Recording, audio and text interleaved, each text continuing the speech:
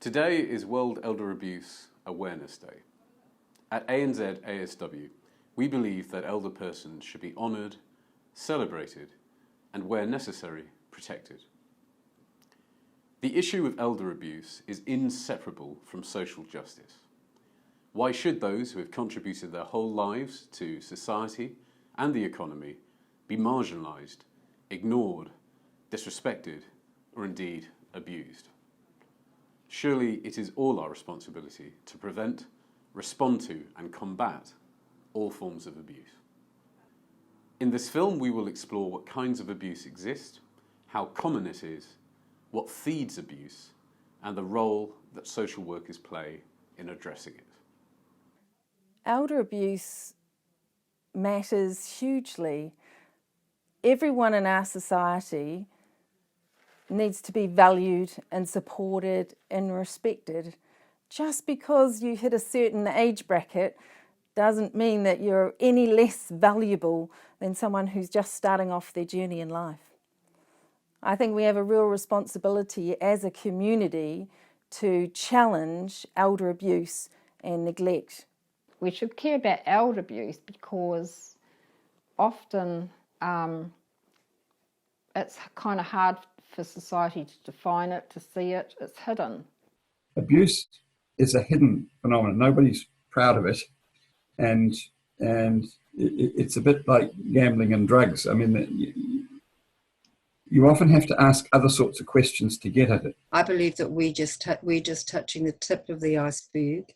We've seen our referrals on national level increase. Statistics show us that they've increased over the last 12 months. We are only seeing what we do see. What concerns me is what we don't see.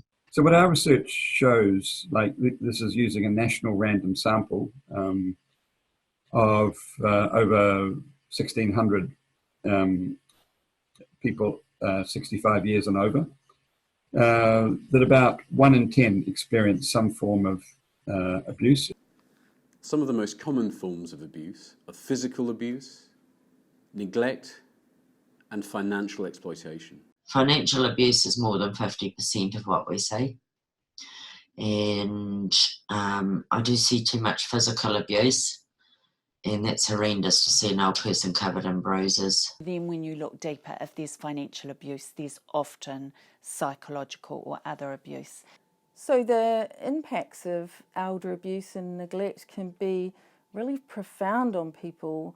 You're talking about a vulnerable group of people who may lose their self-esteem, may no longer feel trusting of other people, may become more isolated. Another major factor that makes abuse and neglect more likely is the isolation and marginalisation of elder people in our society. So the more isolated people become, the more vulnerable they become to being exploited. So what I think becomes important is the whole issue of social connection for older people. People need to be socially connected.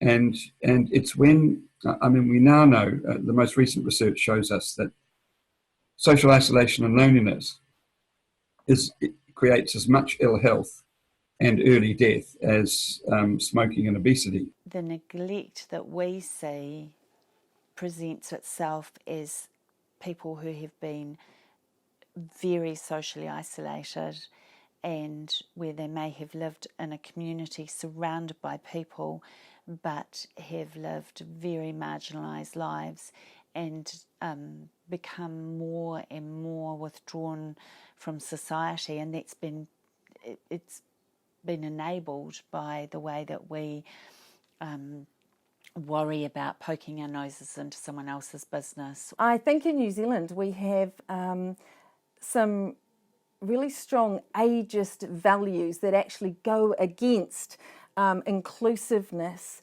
and respect for the elderly. And I think as a community, we really need to challenge that. As a society, we need to step up and we need to honour our old people, not take over their lives, but walk beside them so that their voice can be heard and that they do matter. People increasingly feel like they're just dollar signs and how much they're going to cost the next generation. So there's a sense of guilt and shame attached almost to getting older because you're going to be a burden on your children or your grandchildren. Across the country, social workers are at the forefront of the battle against elder abuse. So without social workers, I think our older people would be lost. Social workers are really invaluable in working in the area of elder abuse because we look at things holistically, we look at things from the bigger picture. I see my role is to empower people to then have the information so then they can make their own choices. And you work from that holistic approach where I try to work with the older person primarily, but include the family. Social workers can make it a priority to screen and to go to that next level of questioning when there are signs. And say, you know, it sounds like you're experiencing elder abuse and neglect, and actually these are the pathways and the choices that are available to you to go forward depending on how you feel and what you'd like to see happen from this point. And to really thank them for sharing that very, very scary part of what's happening for them and for making themselves vulnerable to you. And I think when someone shares elder abuse and neglect with you, it's a real humbling experience. We are working as a team with sometimes the home support services. We're getting feedback from them. We're getting feedback from the health services, the people at DHB. So we all work together for the best outcome for that either that person or that couple. I love being able to not only learn from these people, but be able to be able to remind them that they still matter, that they're still valued in our community, they're still respected, and that they've walked many journeys that we've never walked. I mean, it's just, yeah, that's a very powerful privilege to be in my role.